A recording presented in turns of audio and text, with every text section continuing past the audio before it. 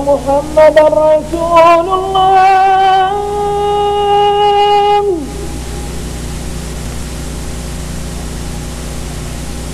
أشهد أن محمد رسول الله.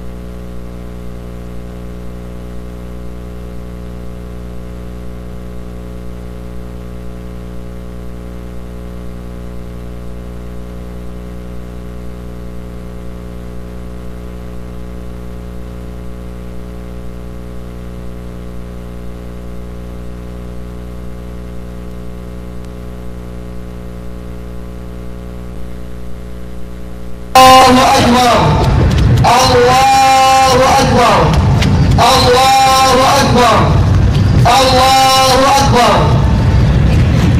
إن الحمد لله نحمده ونستعينه ونستغفره ونعوذ بالله من شرور أنفسنا وسيئات أعمالنا. من يهده الله فلا مضل له ومن يضلل فلا هادي له. أشهد أن لا إله إلا الله وحده لا شريك له وأشهد أن محمدا عبده ورسوله صلوات الله وسلامه عليه. يقول ربنا جل وعلا في كتابه بعد أعوذ بالله من الشيطان الرجيم: يا أيها الذين آمنوا اتقوا الله حق تقاته ولا تموتن إلا وأنتم مسلمون. وقال أيضا: يا أيها الناس اتقوا ربكم الذي خلقكم من نفس واحدة وخلق منها زوجها وبث منهما رجالا كثيرا ونساء واتقوا الله الذي تساءلون به والأرحام إن الله كان عليكم رقيبا. يا أيها الذين آمنوا اتقوا الله وقولوا قولا سديدا يصلح لكم أعمالكم ويغفر لكم ذنوبكم ومن يطع الله ورسوله فقد فاز فوزا عظيما. أما بعد فإن أصدق الحديث كتاب الله وخير الهدي هدي محمد صلى الله عليه وسلم وشر الأمور محدثاتها وكل محدثة بدعة وكل بدعة ضلالة وكل ضلالة في النار. Ang lahat ng pagpupuri, pagpapala ay sa Allah subhanahu wa ta'ala. Ang siyang tunay at tanging nag-iisang Diyos, ang lumikha ng langit at lupa at lumikha ng kadiliman at liwanag. Ako ay sumasaksi na walang ibang Diyos na dapat sambahin liban ng Allah subhanahu wa ta'ala. At ako rin ay sumasaksi, sumusumpa na si Propeta Muhammad sallallahu alaihi wasallam ay kanyang propeta at huling sugo. Luhalipin ang Allah subhanahu wa ta'ala, mga minamahal na kapatid sa Islam. Matakot tayo sa Allah subhanahu wa ta'ala sapagkat ang takot ay karapatan ng Panginoon sa kanyang mga alipin. At ang pagkakaroon ng takot ng isang mananampalataya na ang isang Muslim ay tanda ng pagkakaroon na tunay ng pagmamahal ng isang Muslim sa Allah subhanahu wa ta'ala. Matakot tayo sa Allah subhanahu wa ta'ala at sundin natin ang kanyang mga isinag-uutos. Matakot tayo sa Allah subhanahu wa ta'ala at layuan natin ang kanyang mga pinagbabawal. Matakot tayo sa Allah subhanahu wa ta'ala at sundin natin ang pinag-uutos ng Propeta Muhammad sallallahu alaihi wasallam. Natakot tayo sa Allah subhanahu wa ta'ala at layuan natin ang mga pinagbabawal ng Propeta Muhammad sallallahu alaihi wasallam. Mga minamahal na kapatid sa Islam, ngayon po tayo ay nasa araw ng tagumpay. Araw ng pagdiriwang, araw ng kasiyahan, at araw ng pag-asa. Ito ay araw ng tagumpay sa sino man nagsumikap sa pagsamba sa Allah subhanahu wa ta'ala ng maraming Ramadan. Ito ay araw ng kasiyahan sa sino man nagbalik loob sa Allah subhanahu wa ta'ala sa nagdaan ng buwan ng Ramadan. At ito ay araw ng pagpapala sa mga nananampalatayang nagsumikap na makakapit sa Allah subhanahu wa ta'ala sa pamamagitan ng pagsunod sa kanyang mga inuutos. Ito ay araw na gagantimpala ng Allah subhanahu wa ta'ala ang kanyang mga alipin. At tiyak ang gantimpala na ginintay sa kanila sa kanilang buhay at dito sa mundo. Ito ang araw ng tagumpay, pagpapala, kasiyahan at pag-asa. Inna wa'dallahi haqq. Tunay na ang pangako ng Allah subhanahu wa ta'ala ay katotohanan na dapat hangarin ng bawat mananampalataya. At ito naman ay araw ng pagsisisi sa mga taong hindi sinamantala ang biyaya ng buwan ng Ramadan. Ito ay araw ng paghihinayang sa mga taong pinalagpas ang buwan ng Ramadan at hindi sinamantala ang biyaya nito. Ito ay araw ng paghihinayang sa mga Muslim na hindi pa rin nagdarasal, sa mga mananampalataya na hindi nag-ayuno, na hindi nagbalik loob sa Allah subhanahu wa ta'ala. At araw na ito para sa kanila ay pagsisisi, paghihinayang at kalungkutan. At yan, sa mga hindi nagbalik loob sa Allah subhanahu wa ta'ala ay may naghihintay sa kaparusahan. Inna wa'dallahi haqq.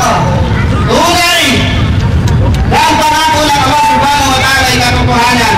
Fala tagurrannakum al-hayat ad-dunya.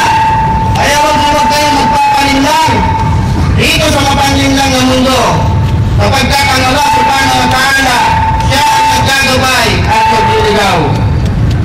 Mahalipin ang Allah subhanahu wa ta'ala sa araw na ito ay tinipon tayo ng Allah subhanahu wa ta'ala sa napakaraming kaganyaran.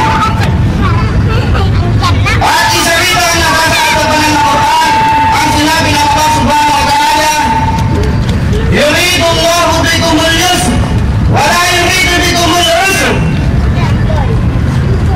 wa litukmilu al-iddata wa tukabbiru Allah ala ma hadakum wa la'allakum tashkurun. Kahit kailan ang nais, ang hangad ng Allah subhanahu wa ta'ala sa mananampalataya ay naging mawakan.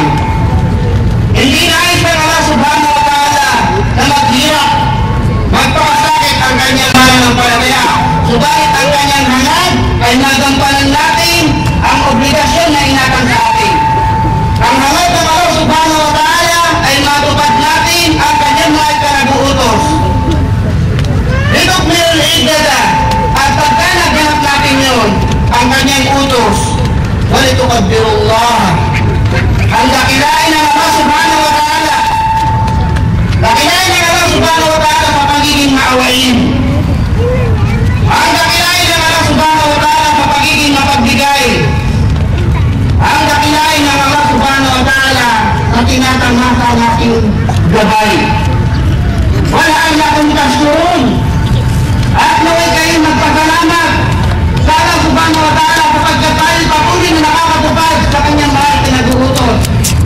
Sapagkat tayo patuloy na nakubuhay dito kay Bawang ng lupa sa kanyang panintulutan.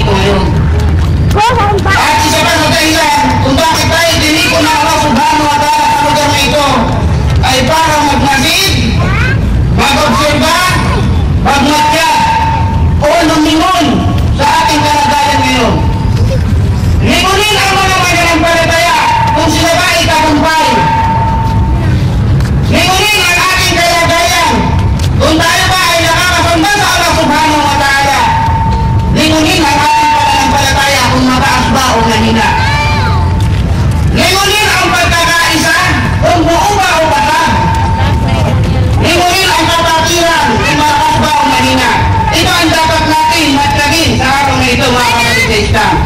Subalit, saksi tayo ang nagaganap sa buong mundo. Lumipas na naman ang buwan ng Ramadan na kung saan maraming batang mga Muslim ang nauunila, ang nasisira ang pinagbukasan sa Afghanistan, sa Palestine, sa China, sa maraming lugar mga kapatid sa Islam. Lilipas na naman ang isang buwan ng Ramadan na kung saan maraming mga Muslim hindi nakakagawa ng kanilang pagsamba sa Allah Subhanahu wa Ta'ala sapagkat sila'y pinitigil. Lilipas na naman ang isang buwan ng Ramadan na kung saan patuloy na iniinsulto ang mga kababaihan ng mga Muslim. Lilipas ang buwan ng Ramadan na puro pagpapahirap panglaki ang inaabot sa mga mananampalataya, mga kapatid sa Islam. Ang mga bagay na ito ang nakakapagpaiyak sa puso ng isang mananampalataya. Dito nalulungkot ang tunay na mananampalataya. Sabihin nakikita niya ang gantong mga pagkakataon. Subalit, mangyayari ang mangyayari. Nakatakda ang itinakda at nasulat na ang nakasulat. Mangyayari. Ang kailangan matuto ang isang mananampalataya na sa bawat kabiguan na mangyayari ay natutong tingnan ang kanyang sarili. Kapag natin ko ang sabi ng Allah ng Propeta Muhammad sallallahu alaihi wasallam, Yusuf an tabada'a alaykum al-umam fi kulli afaq kama tada'a al-aqtab ila qas'atiha qila ya Rasulullah amin billatina yawma idin qala la walakin lakum gusa kagusa iskain.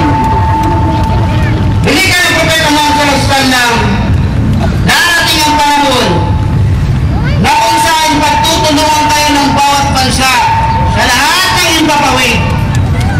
Matutulong-tulong sila na siyang nararanasan natin ngayon para kayo apihin. Para kayong pagkain, dati ng Propeta sallallahu alaihi wasallam na dapat ng mga gutom na tao na kabibilis mong maubos. Ito ang pangamba ng mga Muslim na nangyayari sa panahon natin ngayon, mga kapatid sa Islam o mga mananampalataya o mga alipin ng Allah Subhanahu wa Ta'ala. At dahil dito may tanong ang sahaba, Ya Rasulullah, sapagkat tayo ba ay konti? Sapagkat ba ang bilang ng mananampalataya ay maliit? Sabi ng Propeta ng Salam, la! Hindi ito ang dahilan. Walakin lakum gusa, subalit kayo'y mga mahihina. Yan ang dahilan. Mahina tayo sa maraming aspeto, mga kapatid sa Islam. Mahina tayo sa pagkahanap sa kaalaman sa ating pananampalataya. Yan ang kahinaan natin. Mahina tayo sa pagsamba sa Allah Subhanahu wa Ta'ala. Mahina tayo sa sumamba. Mahina tayo sa pagkakaisa, mga kapatid sa Islam. Mahina ang ating kapatiran. Ito ang dahilan. Kaya sa ito ay makakakita ng trahedya, ng kabiguan sa pananampalatayang Muslim. Kinakailangan tingnan natin ang ating kahinaan. Walakin na inbusaon kagusais kain. Dami ng Propeta Muhammad sallallahu alaihi wasallam, para kayong putik sa puso na kung saan pag umulan ay madali kayong may agos patungo sa kapatagan dahil sa inyong hina. Ang mga mananampalatayang Muslim ay mahina ang pagkakahawak sa kanilang reliyon. At dahil dyan, pagdating ng fitna, pagdating ng tukso, ay nagpapadala tayo. وَيُجْعَلُ فِي قُلُوبِكُمْ. At yan ang naglalagay ng takot sa puso ninyo. Ang hina natin sa pananampalataya, sa kaalaman, sa kapatiran, sa pagkakaisa. Yan ang dahilan kung bakit marami sa atin mahina ang puso. Mas natakot sila sa mga nilikhaang tulad nila kaysa sa Allah Subhanahu wa Ta'ala. Yan ang pangunahing dahilan, mga kapatid sa Islam. وَيُجْعَلُ fi qulubi aduwwikum. Yan din ang dahilan kung bakit tumatapang, lumalakas, sumisigla ang mga kaaway nyo. Kasi sa hina ninyo, mga mananampalataya. Hina ng kaalaman, pananampalataya, pagsamba. Ito ang dapat natin makita ngayon, mga kapatid sa Islam. Ito ang sanhi, ito ang ugat, ito ang punot dulo. Kung bakit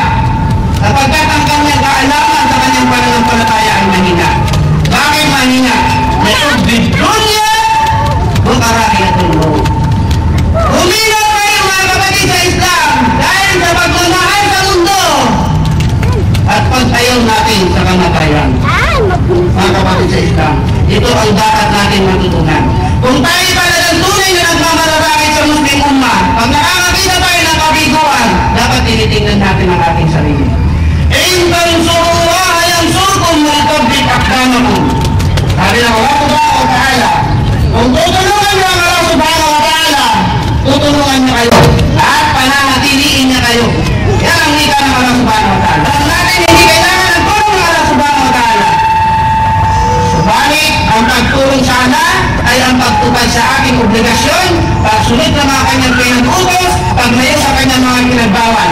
Ito ang pagtulong sa Allah subhanahu wa ta'ala na nangangahulugan pagtulong sa ating sarili, mga kapatid. Inna Allah la yughayyiru ma bi qawmin hatta yughayyiru ma bi anfusihim. Tunay na ang Allah subhanahu wa ta'ala, hindi niya binabago ang kalagayan ng mga tao hanggat hindi nila binabago ang kanilang mga sarili.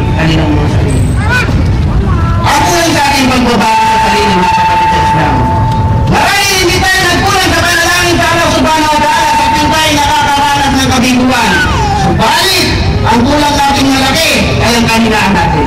Ang kulang nating malaki, kulang sa kaalaman, kulang sa pananampalataya, kulang sa pagsamba, kulang sa kapatiran, mga kapatid sa Islam.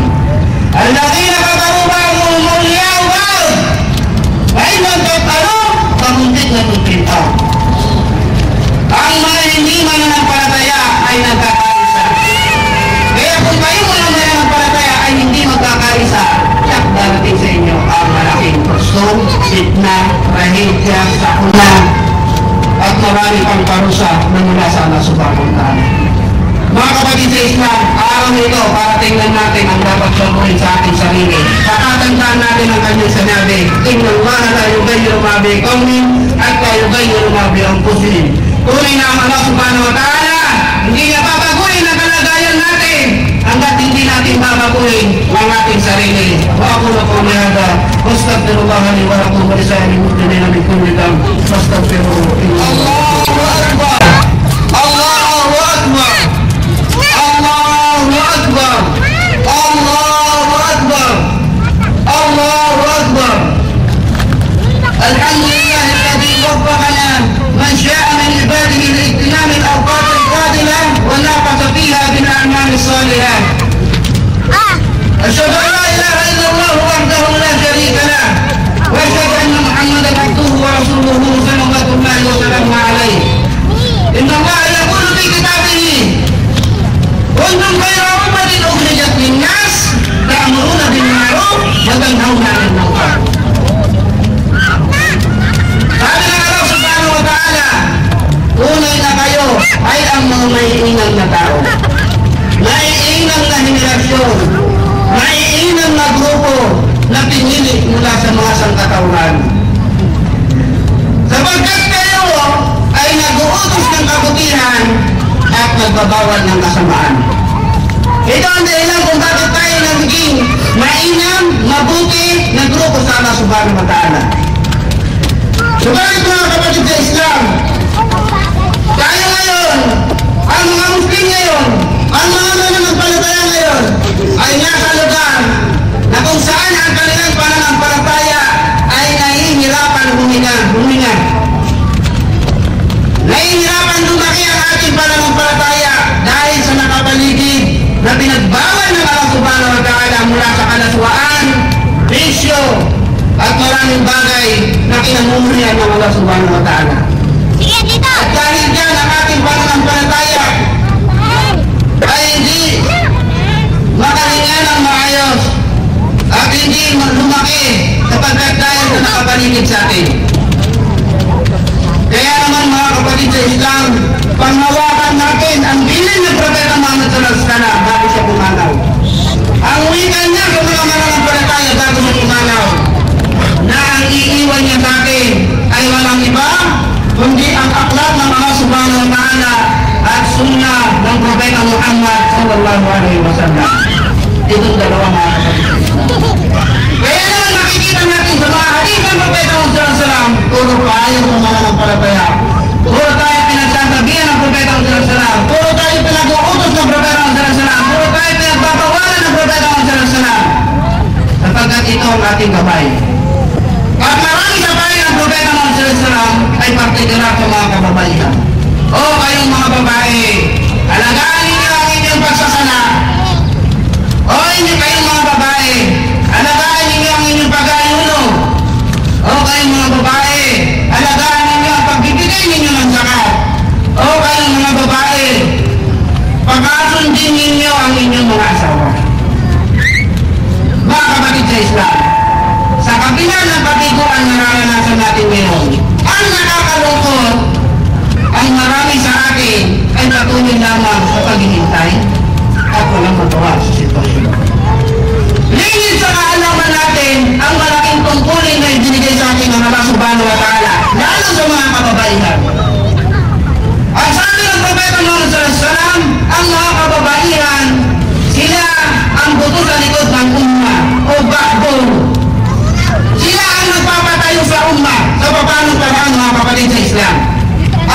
mga ina, ang ating mga nanay, na sila dapat ang unang pagmulan ng kaalaman sa pananampalatayang Islam, ng tamang akida, tamang pagkilala sa Allah subhanahu wa ta'ala, tamang pagkilala sa Propeta Muhammad sallallahu alaihi wasallam, tamang pagharap sa ummah.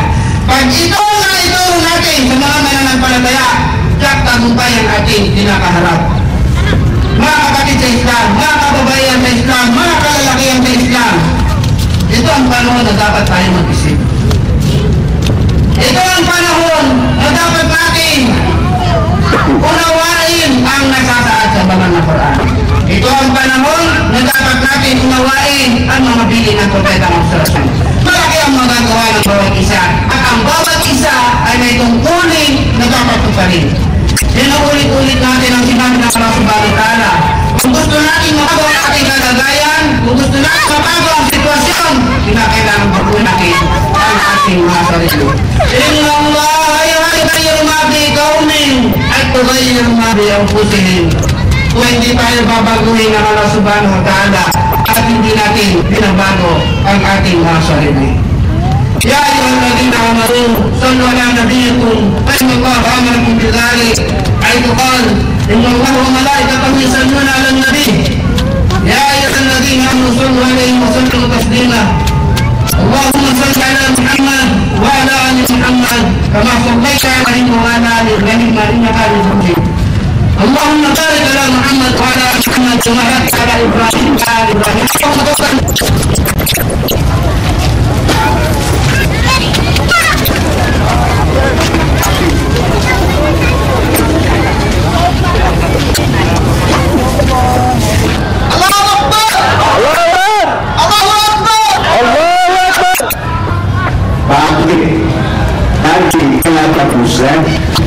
Dahil sinulag ko ang mundo na pinagulog sa buwan at para sa tubong mundo ang Kristiyano ang ay pangulan. Ang lamang pangulan ay i-equate sa kontado kaya sa terorista. Kaya nagkataon ng magiging kumaparaw sa Kuwait sa Middle East. Ganun ang lampan ko. Mayroon lamang siguro ang advantage dahil ako ay isang sociologist.